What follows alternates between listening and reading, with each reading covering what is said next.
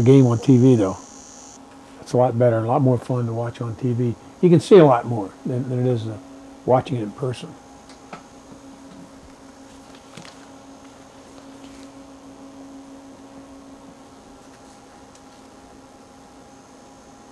Okay, why don't you slide to your right just a little bit more? Like that, you mean? Yeah, there we go.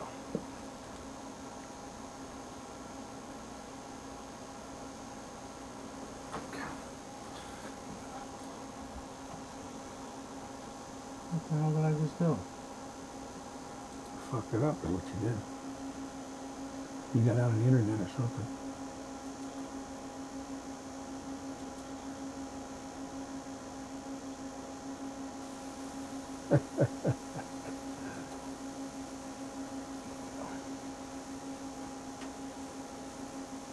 See, that arrow's still going someplace.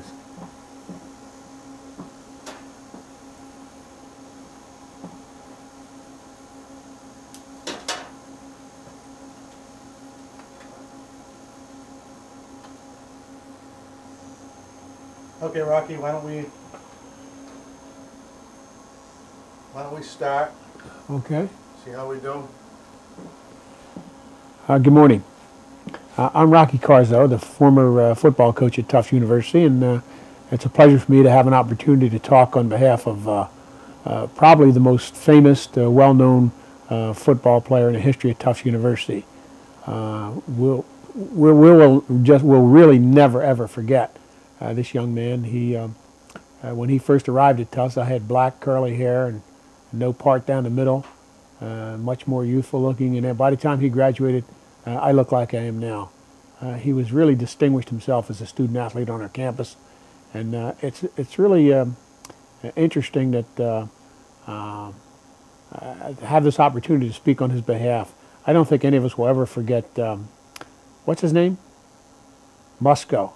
That's it. Bobby Mosco, Mosco, that's it. Bob Mosco. Probably as well known as our president on our campus. Extremely impressive young man. And I had an opportunity to get to know him first when he graduated from high school. His football coach, a gentleman by the name of Marty Apostolico, recommended him to us, and he was later recommended by a gentleman by the name of Fazio, who was an assistant coach in the Boston area. And they recommended him as someone who was very bright and articulate, but not smart enough to avoid contact. As a matter of fact, they indicated quite clearly that he sought out contact in a very pleasurable way. Stop, Mike.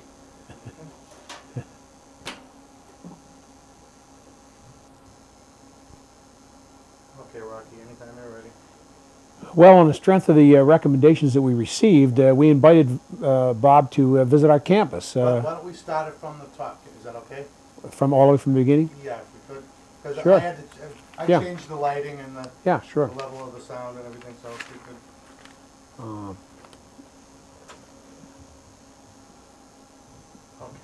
Okay. Good morning.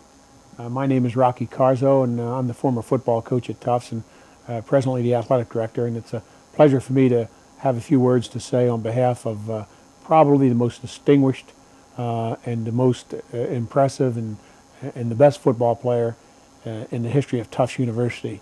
We're all indebted to the kind of glory and honor that he brought to Tufts University, the amount of blood that he spilled on our campus, the amount of enthusiasm that he generated, and I can say without any equivocation that we'll never ever forget, under any circumstances, this great football player, student athlete at Tufts University. What's his name again? Mosco. Mosco, yeah, that's it. Bob Mosco. He was a great athlete here at Tufts, and we really appreciate the kind of effort he put forth.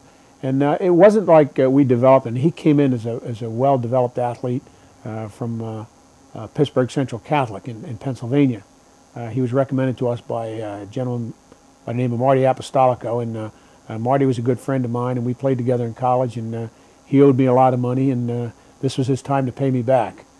So he recommended Bob Mosco to us, and he was also recommended by Fazio, who was another paisan that worked in the greater Boston area, and I think he's presently with the Detroit Lions. I'm not sure. But at any rate, they both recommended Bob to us, and a couple of priests recommended him, and as well as the nuns from grammar school. They thought he was a really good kid. And his mom and dad had great praise for him, so that was the strength of the recommendation right there. Let me just tell you that when he arrived on campus, it was very difficult to mistake him. Here was this young gentleman that arrived from Pittsburgh. He had a red helmet in one hand from Pittsburgh Central Catholic, a smile on his face, rosary beads around his neck, and in the other hand he had a sandwich made out of salami and provolone. So it was no mistaking that this was Bobby Mosco coming out of the city of Pittsburgh, ready to challenge everybody in New England. Stop.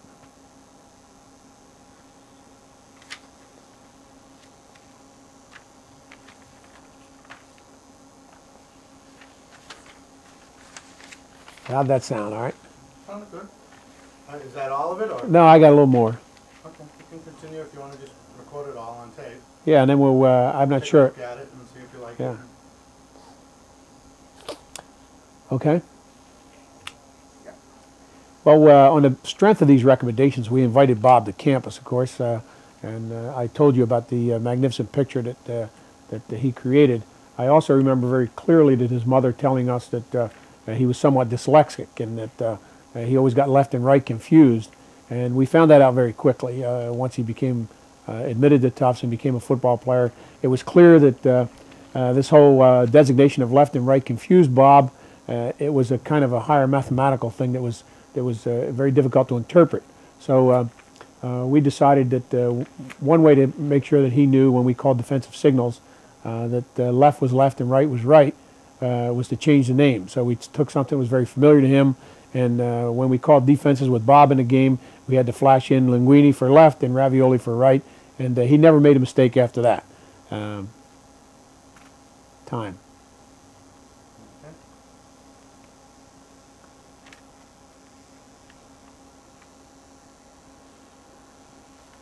Did I say the part about his arriving with a sandwich and all that stuff? Yeah.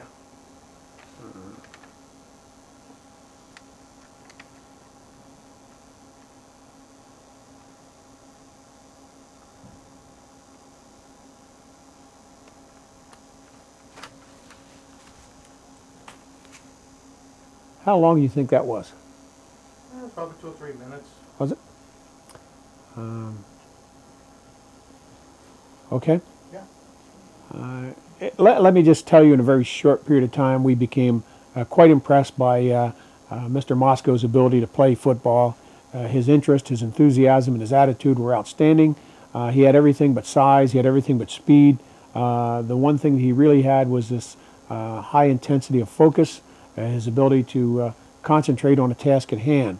I was so impressed that Bob began starting as a sophomore, and I think he played, at that time freshmen were not eligible, but he played every down of every game in his entire undergraduate career. I don't ever remember him being hurt.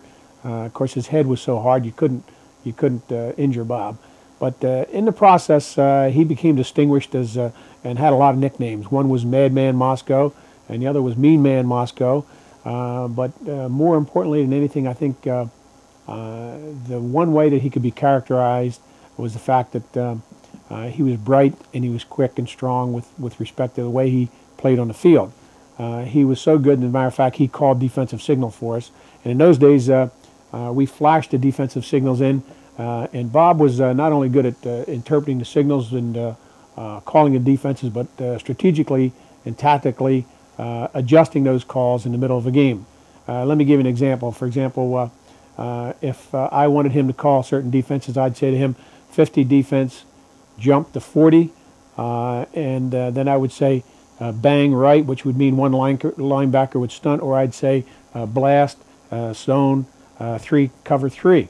And he would interpret all those signs and then go back in the defensive huddle and call them, and then make the adjustments on the line of scrimmage to the particular formation.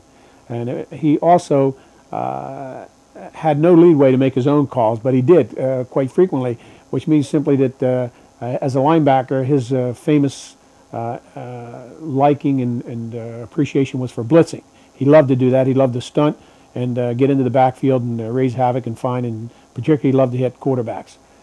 So I can remember in a very critical game. We had a third down call, and I flashed in from the sidelines, 50, jump 40, double blitz, slide, make sure we had double coverage on the outside, and let's go for it. The team came out of the ball, set on the ball, immediately started to drop back pass in a critical situation. There goes Mosco and the other linebackers going with a full blitz. Nothing that I had called, not even close. But they made the play and it came out right. So after the game, I remember talking to one of the other linebackers. I said, what the hell did Mosco call in that critical situation? He said he got it directly from the bench, Rock. He said, Rocky called a full blitz. If we don't make it, he's going to bust our ass for a week. So his improvisation worked quite well. Cut. And we got to put a closing thing on there somewhere or another.